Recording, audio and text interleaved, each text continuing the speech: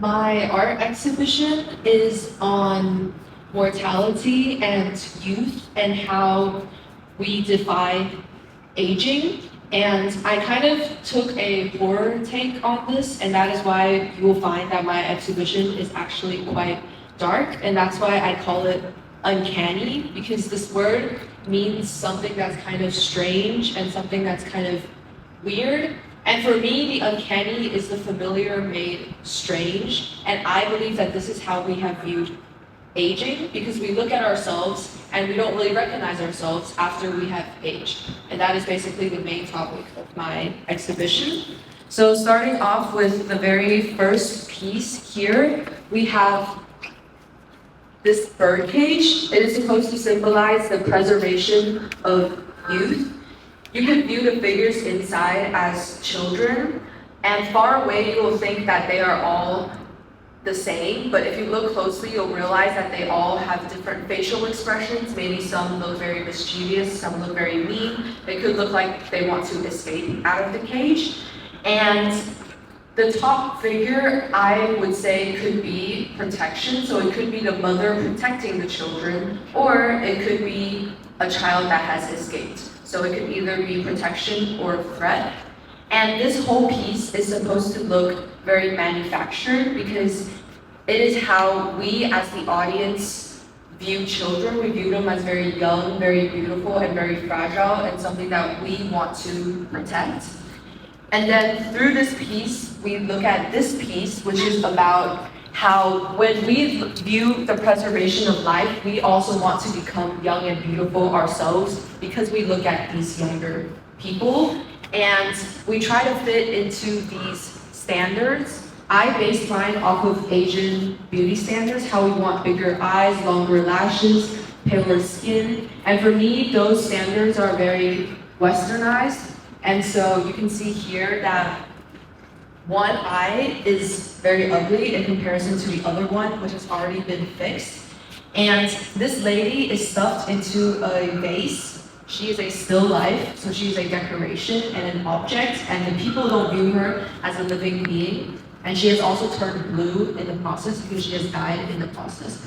And these little ant-like creatures are my way of representing cultural pressures and societal pressures, forcing us to fit into this space.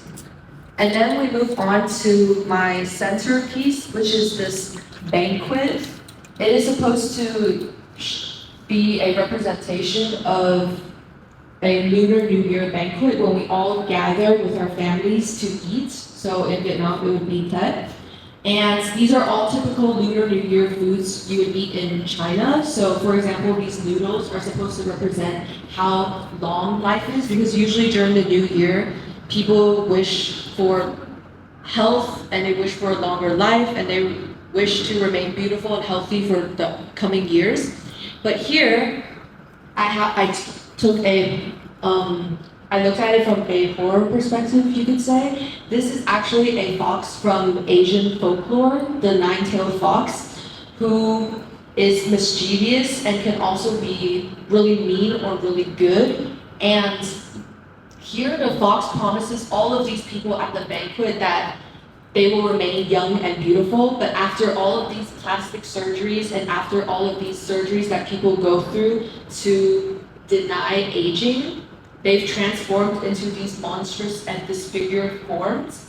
And they don't really recognize that they are monsters now, because they look at each other and they believe that they are all beautiful, but they don't actually know. And that is what happens when we deny aging, is what I wanted to represent.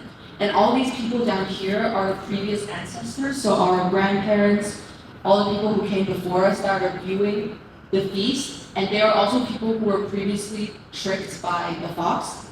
And if we stand right here and look at it from this perspective, you will notice that the green from the bottom depicting the dead people actually ties to this piece over here. The green here shows the limbs left over after we try to deny aging, and we've gone through many different surgeries. This is actually made from porcelain. It's a very traditional Chinese clay, but it is unbaked, so you'll notice that actually it crumbles. And usually after you bake porcelain, it is a perfect, smooth flower vase, and it remains permanent unless you drop it. But here, because it is unbaked, it is very fragile and it will turn into dust over time.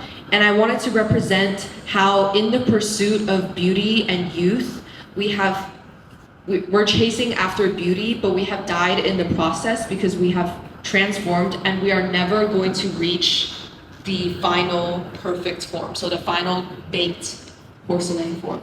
And I wanted to depict this as a crime investigation, so there are lots of pictures of zoom-ins of the limbs around this whole piece. And then finally, we have the sweater piece right here, which is supposed to represent this entire process. When we began from the very beginning, we created an identity for ourselves, what we thought our body would look like or what we thought we would be at the end of this process, more beautiful. But then obviously towards the end we have died and there's no body remained left to wear it, and that's why it is empty. And if you look towards the back of the sweater, you'll notice that it is very deformed because our body has changed throughout this process and we no longer fit. Maybe we got skinnier, maybe we got fatter, maybe we've changed throughout this process, and so that is why one sleeve is extremely long and one sleeve is very short, and it's unfinished because we never got to finish this process and we never got to become the identity that we wanted to be, and that is the exhibition.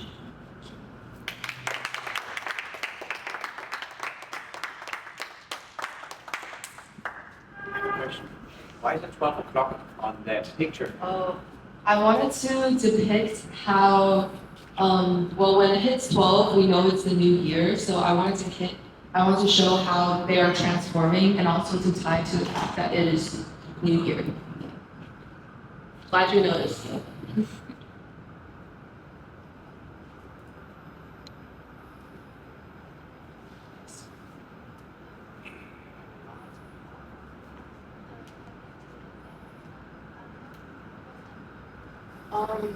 I wanted to show that because when you look at this piece, you can't really tell that the fox is evil, because like I said, in Asian folklore, the fox can either be good or bad. So I wanted to somehow depict that the fox is evil by stabbing and pushing all of these people down there.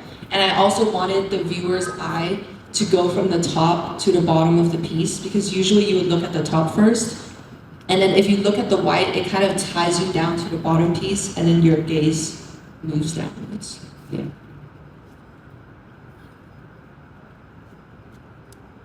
So I missed that, but if we mention the stair,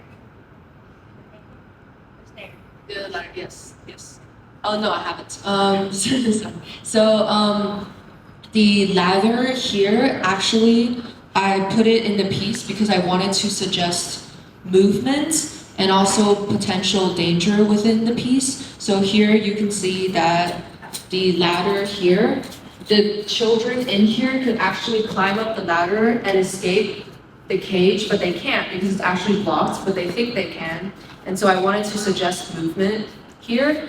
And then the ladder here actually leads to this woman's death because these little ant-like creatures are crawling to the top to fix her face. And so that's why I have ladders here, a birdcage here, and a birdcage up there.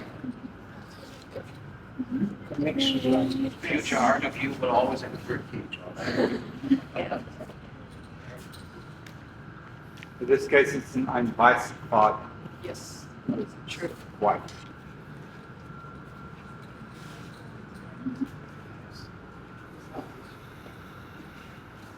yeah.